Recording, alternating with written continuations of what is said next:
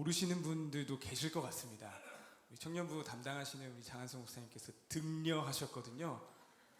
모르셨어요? 네. 네. 이름이 장하음 우리 어린이 이제 좀 있으면 또 나와서 이렇게 축복 기도도 받고 할 텐데 저는 아들이 셋이 있습니다. 네. 그것도 모르셨어요? 관심 좀 가져주세요. 제가 누군지도 모르시죠?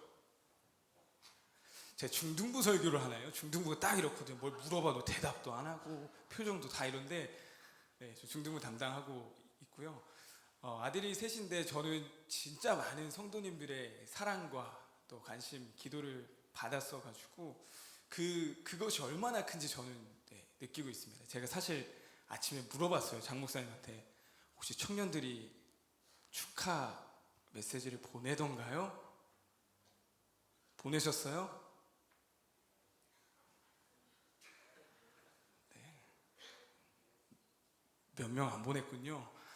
네, 우리 더 많이 축하해 주시고 축복해 주시고 네, 사실 교육자들은 그 사랑과 관심, 그 기도를 받고 삽니다. 네, 더 우리 청년부 담당 목사님 가정 위해서 더 많이 기도해 주시면 많은 사랑 전해 주시면 좋을 것 같습니다. 1988년도에 있었던 우리나라의 큰 국가적인 행사가 있죠. 바로 88 서울 올림픽인데요. 오후에는요, 이 올림픽을 봐야 된다고 학교 수업조차도 오전 수업만 했다고 하더라고요. 저희 아내가 88년생이거든요. 그래서 좀 놀리듯이 물어봐요. 88 올림픽 기억나냐고. 88 올림픽 기억하시는 분들 여기 청년부에도 계신 네. 저보다 또 누님이셔가지고 제가 이렇게 놀리느라 물어보는데 이게 정말 큰 국가적인 축제이기도 했지만 또 다른 모습들이 있더라고요. 경기장 근처에 지저분해 보이는 것들을 막 다 뒤집어 엎기 시작했다고 합니다. 그래서 한순간에 생계를 잃은 분들도 있어요.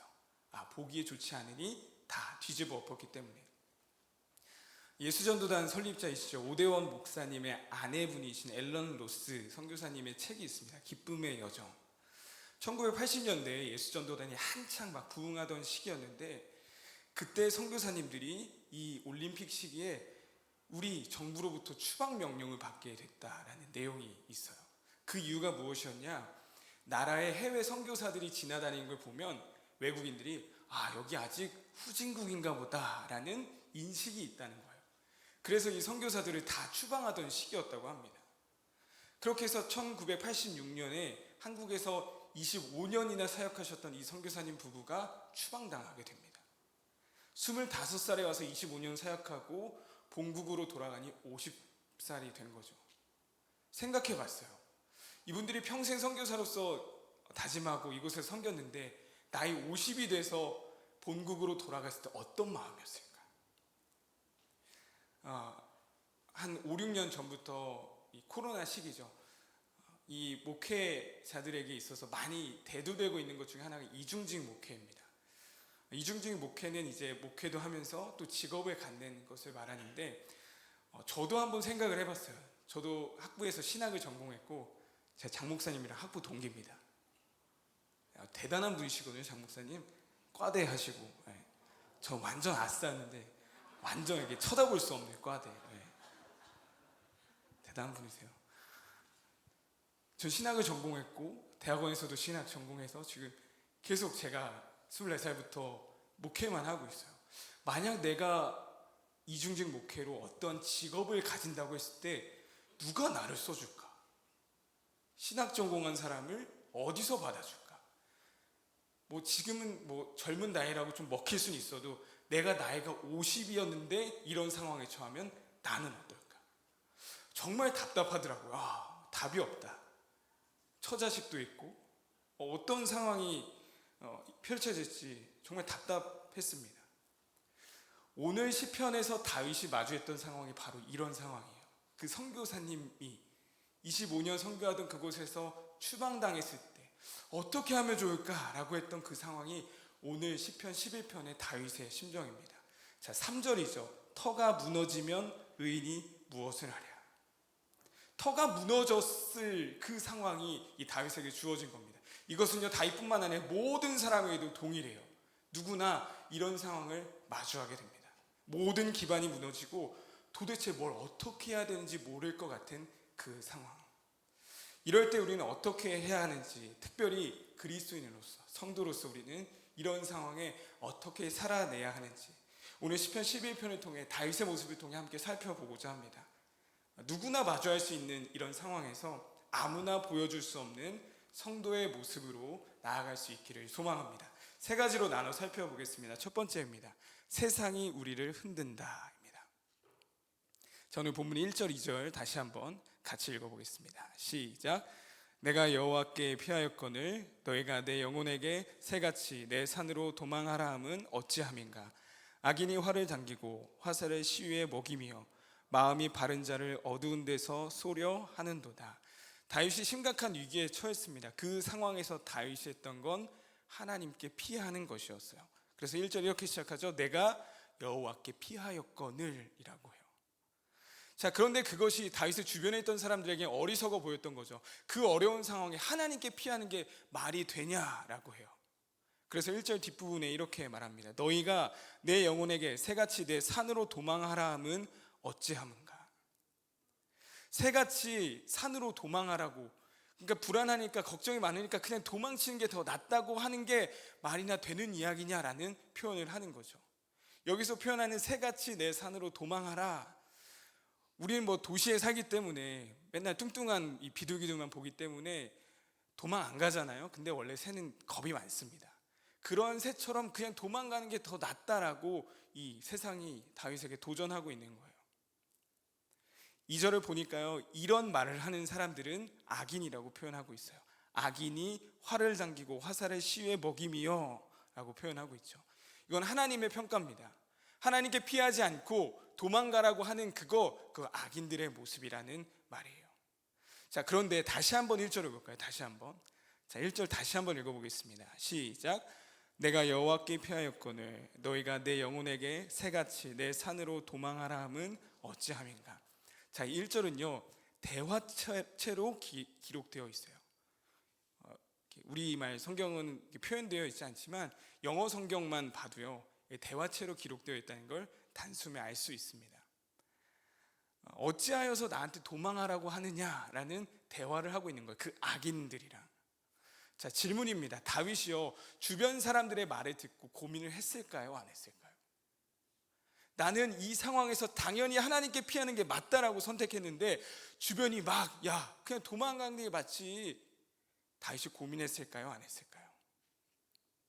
지금 이 표현 자체가요 고민했다라는 걸 우리에게 보여주고 있는 거예요. 당연히 난 하나님께 피하면 된다는 걸 알고 믿고 있었는데 주변이 막 그렇게 해버리니 다윗이 흔들렸다라는 겁니다. 우리가 살아가는 이 세상과 그리고 어둠 권세에 잡은 그 자들의 목적이 무엇이냐면요 믿음으로 살아가는 여러분들 흔드는 거예요. 그래서 우리는 이 땅에 살아가는 그리스도인들이요 이 사실을 꼭 기억해야 됩니다. 우리는 흔들릴 수 있는 존재예요. 누구나 흔들릴 수 있습니다. 누구나. 다윗이 어려움 속에 하나님께 피했다고 합니다. 이미 믿음이 좋은 사람인 거예요. 근데 그런 다윗조차도 흔들렸어요.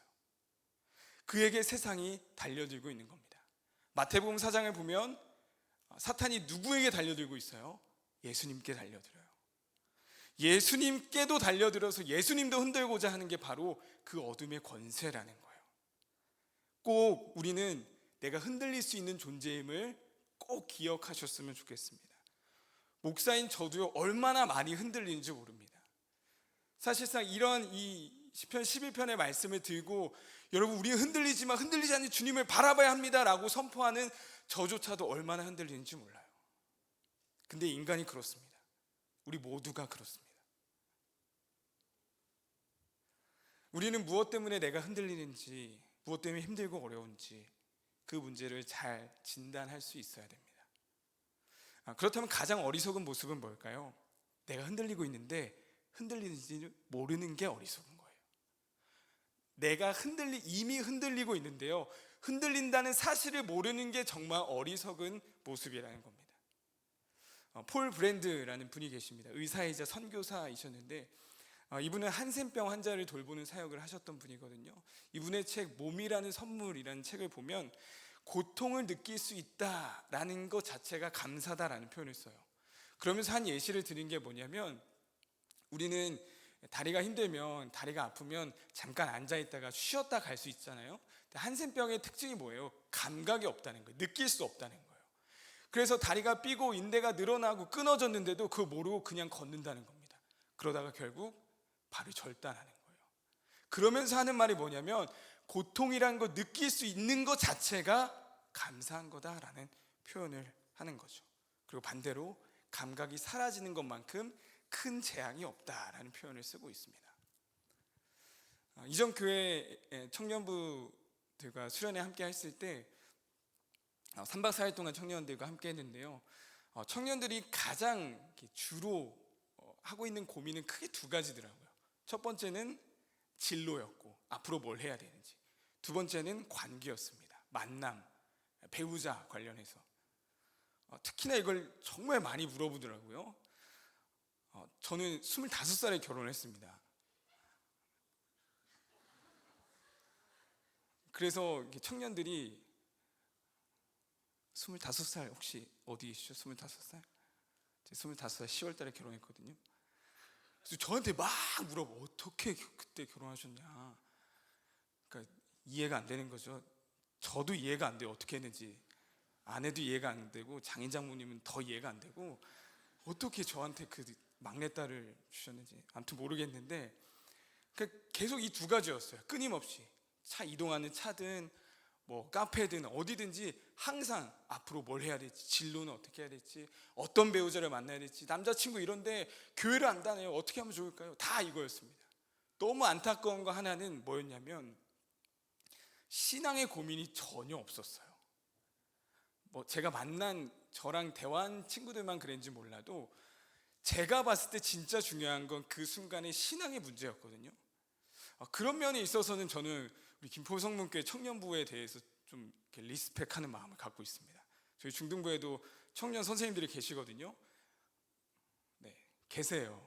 아닌 것처럼 하고 있는데 뿌락치들이 좀 있습니다. 네, 저는 신방하면서 이렇게 들어봤는데 정말 깊이 생각하면서 그런 신앙의 고민들, 저랑 이렇게 2시간 반 만나면서 얘기하는 걸 보면서 정말 깊은 이 신앙적인 고민을 하고 있구나라는 생각이 들었어요. 세상이요, 우리를 흔들고 있습니다. 근데 우리는 세상이 흔드는지조차 모른 채 살아갈 수 있다는 거예요. 그건 가장 어리석은 일이고, 어찌 보면 성도에게 그것은 가장 재앙과도 같은 일이라는 거 꼭 기억했으면 좋겠어요. 역사적으로 봐도 세상은요, 항상 성도를 흔들었고 교회를 흔들었습니다. 성경은 세상이 우리를 흔들고 있다는 걸 너무나도 잘 보여줍니다. 초기 기독교에 있어서 초대 교회를 흔들었던 두 가지가 있어요. 첫 번째는 율법이었고 두 번째는 세상이었습니다. 이것을 잘 보여주는 성경이 바로 사도행전 10장인데요, 초대교회를 흔들었던 첫 번째, 이 율법이 정말 이 교회를 많이 흔들었어요. 사도행전 10장을 보면 베드로가 환상을 하나 보게 되는데요, 큰 보자기가 내려오는데 그 보자기 안에는 율법에서 정해준 정한 짐승과 부정한 짐승이 다 섞여 있었어요. 그때 하나님의 음성이 들려오죠. 거기 있는 거 잡아먹으라고. 베드로가 뭐라고 대답하죠? 저 먹을 수 없어요. 그 부정한 거 저 먹을 수 없습니다. 하나님이 말씀하십니다. 내가 깨끗하다고 한 거 네가 부정하다고 하지 마. 근데 이게 3번이나 반복돼요. 그래서 하나님은 환상을 또 한 번 보여주셨고 고넬료를 만나서 베드로를 변화시키셨습니다. 이 이야기의 결말 10장 마지막에 가면 이방인들이 세례를 받았다는 표현이 기록되어지고 있어요.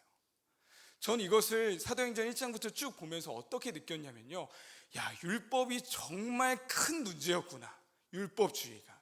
그래서 하나님이 직접 개입하셔야만 해결되는 문제였구나, 그만큼 어려웠구나라는 걸 느끼게 됐어요. 그래서 사도 바울이 잘한 게 뭐였을까요? 무엇이 문제인지를 정확하게 알았어요. 그래서 바울 서신을 보면 바울이 항상 싸웠던 게 그 율법과 싸운 겁니다. 초기 기독교에 두 가지 적이 있다 그랬죠. 바로 바울이 싸웠던 율법이고요, 바울 서신 이후에 성경 그 뒤에는 뭐가 나오죠? 뭐가 나오죠?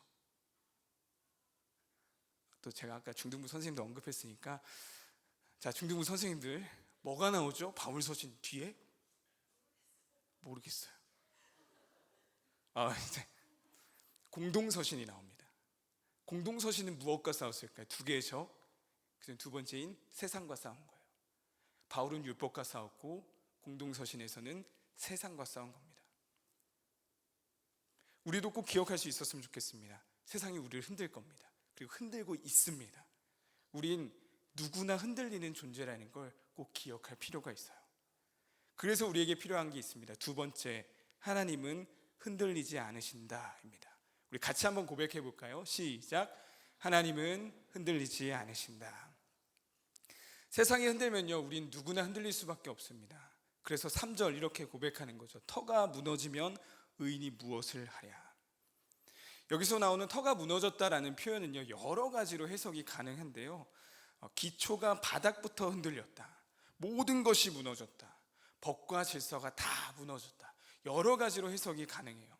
근데 여기서 해석할 키는요, 그 뒤에 있는 표현입니다. 터가 무너지면 의인이 무엇을 하랴라는 표현이 있죠. 이것을 통해 알 수 있는 건 다윗은 아무것도 할 수 없었다라는 거예요. 그렇다면 터가 무너져서 의인이 아무것도 할 수 없는 그 상황 가운데 우리가 해야 될 것, 그리고 의인들이 해야 될 게 무엇일까요? 바로 하나님을 바라보는 겁니다. 우리가 바라볼 그 하나님이 어떠한 분이신지를 4절에서 말해주고 있어요. 우리 4절 같이 한번 읽겠습니다. 시작. 여호와께서는 그의 성전에 계시고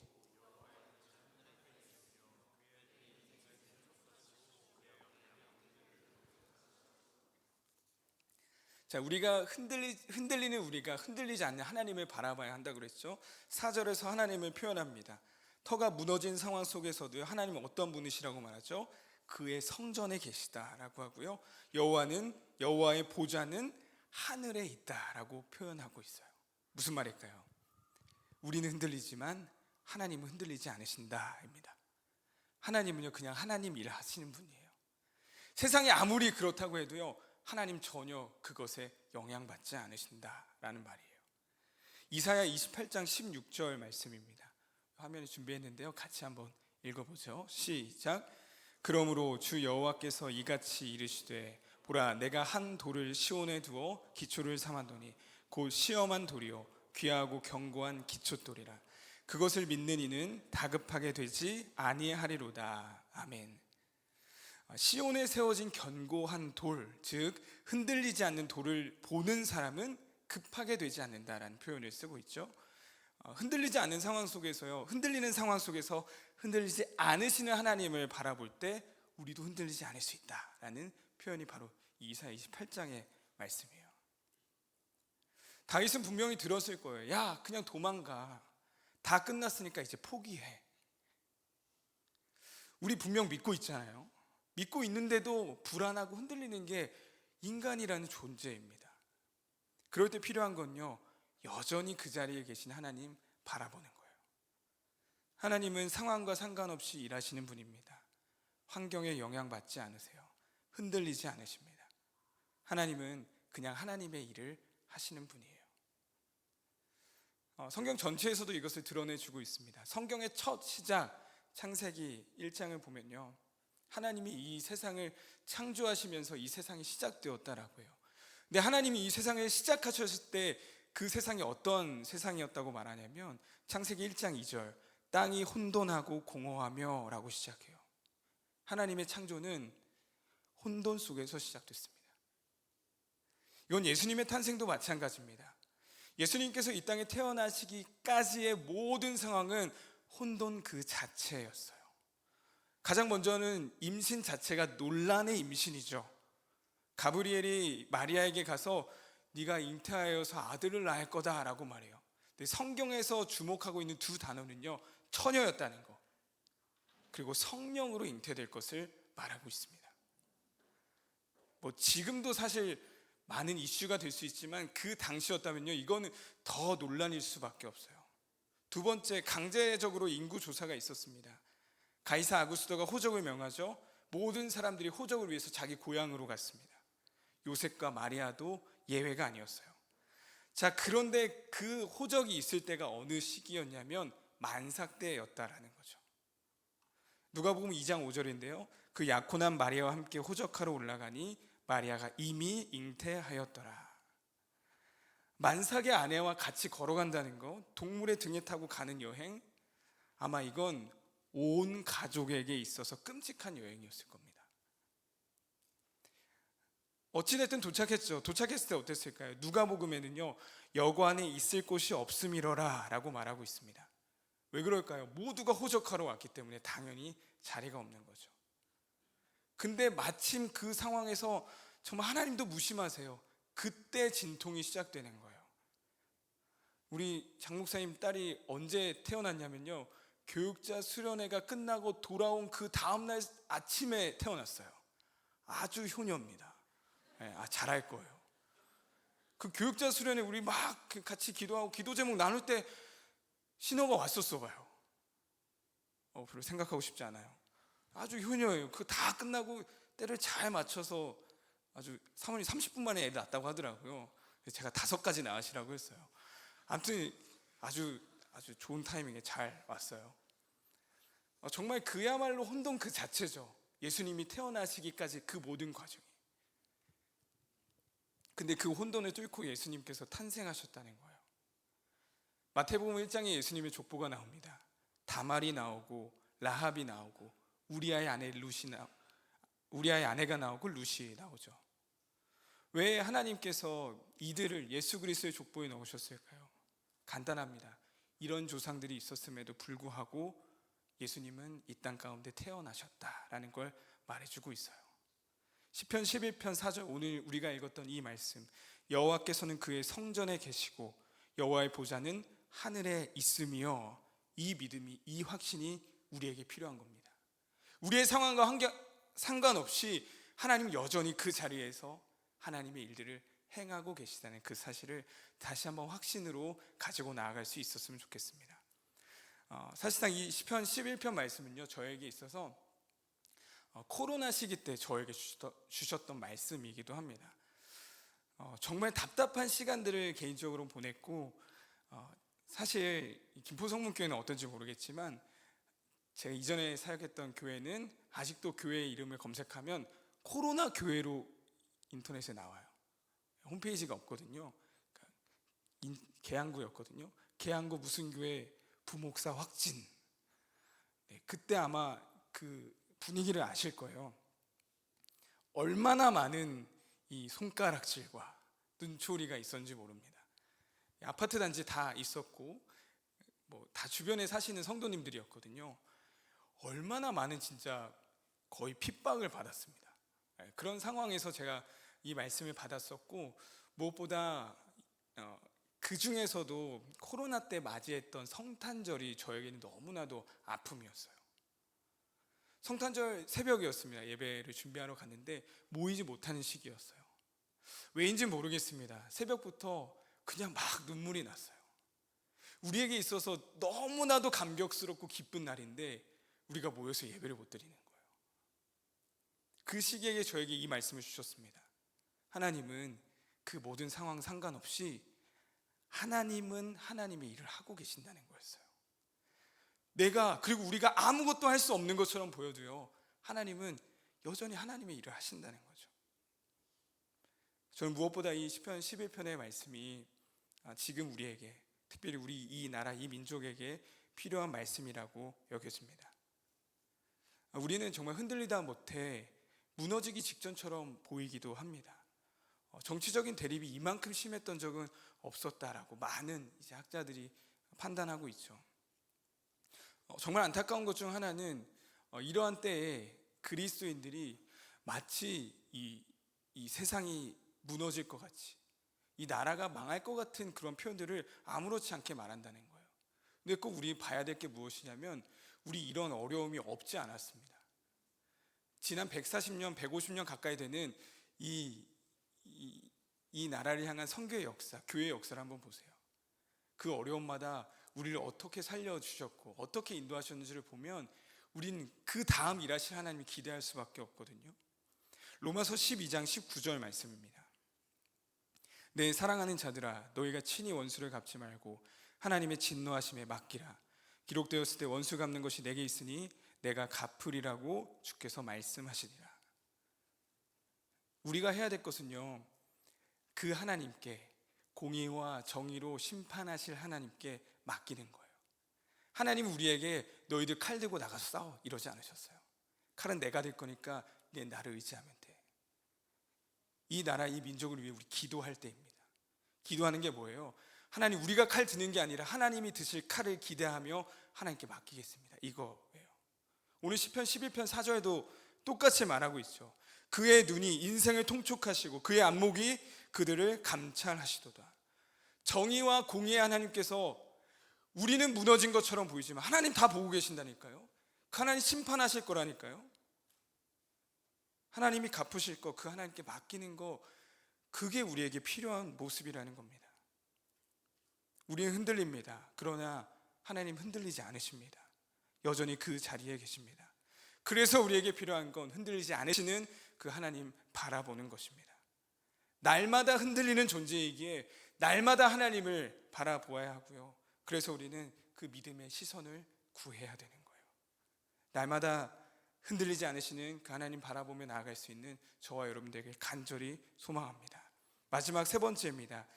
그렇다면 이 믿음으로 살아가는 자들에게 어떠한 모습이 나타나게 될까요?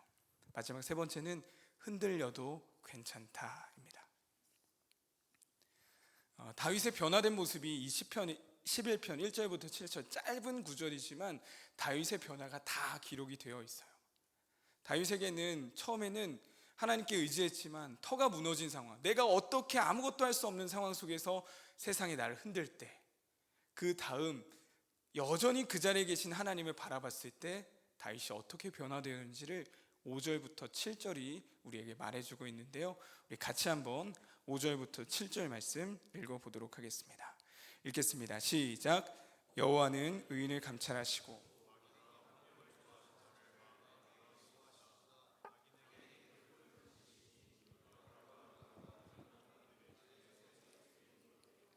여호와는 의로우사 의로운 일을 좋아하시나니 정직한 자는 그의 얼굴을 배우리로다. 아멘. 1절부터 3절에 나왔던 막 흔들렸던, 고민했던 다윗의 모습은 다 사라졌어요. 그에게는 하나님이 여전히 그 자리에 계셨구나, 그 공의와 정의의 눈으로 나를 감찰하시고 악인들도 다 보고 계셨구나라는 그 믿음이 있으니 그 확신으로 5절부터 7절에 이르는 그 고백을 하고 있는 거죠.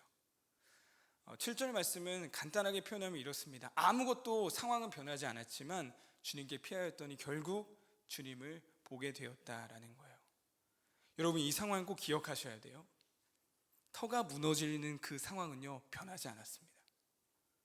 나아지거나 무엇인가가 개선된 게 아니에요. 상황은 똑같지만 흔들리지 않으시는 하나님을 바라볼 때, 같은 상황에서 하나님을 붙잡았을 때 나온 고백이라는 거예요. 그래서 이 상황은, 터가 무너지는 상황은 변함없지만요, 너무 여전히 괴롭지만 흔들리지 않으시는 하나님과 함께하니 괜찮습니다 라는 고백이 바로 이 다윗의 고백인 겁니다. 시편은요, 그 어떠한 성경보다도 이 사실을 우리에게 말해주고 있어요. 자, 화면에 준비했는데요, 다 가지고 오진 않았지만 일부 시편들을 가지고 왔습니다. 자, 반복되는 표현을 한번 주목해서 보시죠. 여호와께 피하는 모든 사람은 다 복이 있도다. 주께 피하는 모든 사람은 다 기뻐하며 그는 자기에게 피하는 모든 자의 방패시로다. 주를 두려워하는 자들을 위하여 쌓아두신 은혜, 곧 주께 피하는 자를 위하여 인생 앞에 베푸신 은혜가 어찌 그리 큰지요. 너희는 여호와의 선하심을 맛보아 알지어다. 그에게 피하는 자는 복이 있도다. 자, 여기서 말하는 하나님께 피하는 자에게 주어지는 복, 이것을 계속 반복하고 있죠. 자, 여기서 말하는 이 내용은요, 지금 시편 11편과 동일합니다. 상황이 나아져서 했던 고백이 아니에요. 고난 속에서도 주와 함께 있는 것, 고난 속에서도 주를 바라보는 것, 주께 피하는 것, 그것을 복이라고 말하는 겁니다.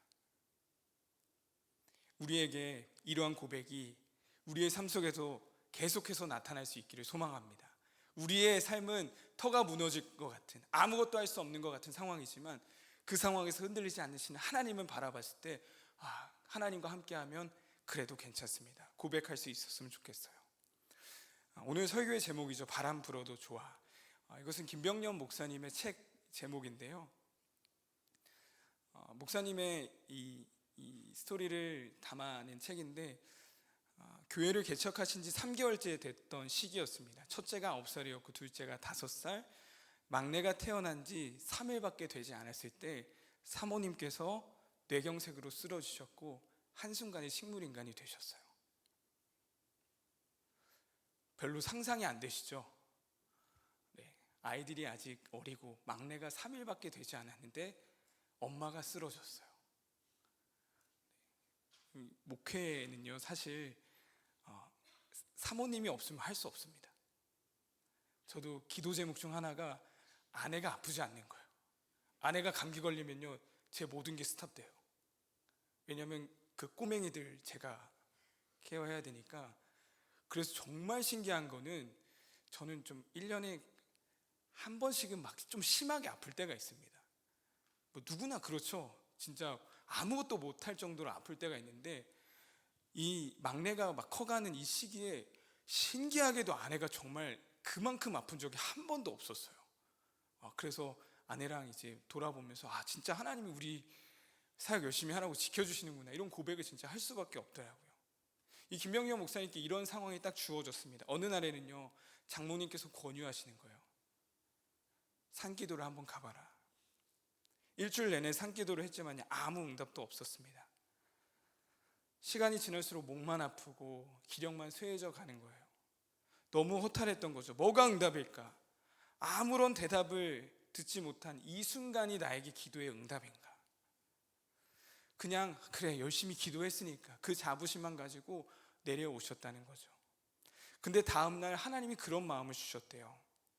병년아, 나는 내 안에 있다. 너의 우편에 좌편에, 그리고 앞뒤 위아래 어디든지 다 있단다. 내가 너를 보고 있고 너의 소리 다 들었어. 근데 이 목사님 안에서 너무 큰 거부감이 들더라는 거예요. 그래서 퉁명스럽게 받아쳤다는 거죠. 그게 뭐냐고, 이런 답 주시면 뭐하냐고. 들으셨으면 뭘 좀 하셔야죠, 하나님. 상황을 바꿔달라고 산기도 했던 거고요, 그렇게 부르짖었던 건데 아무런 변화가 일어나지 않았던 겁니다. 근데 결국 지나서 이 목사님이 이런 고백을 하세요. 큰 믿음이란 큰 능력을 나타내는 것이 아니라 주님을 신뢰하며 그분을 따라 살아가는 신실한 여정입니다. 상황은 바뀌지 않았지만요, 진짜 하나님 함께하고 계시는 거죠. 여전히 아내는 식물인간으로 누워있지만 고난 속에서도 하나님 함께 하심을 보게 되었습니다 라고 고백하세요.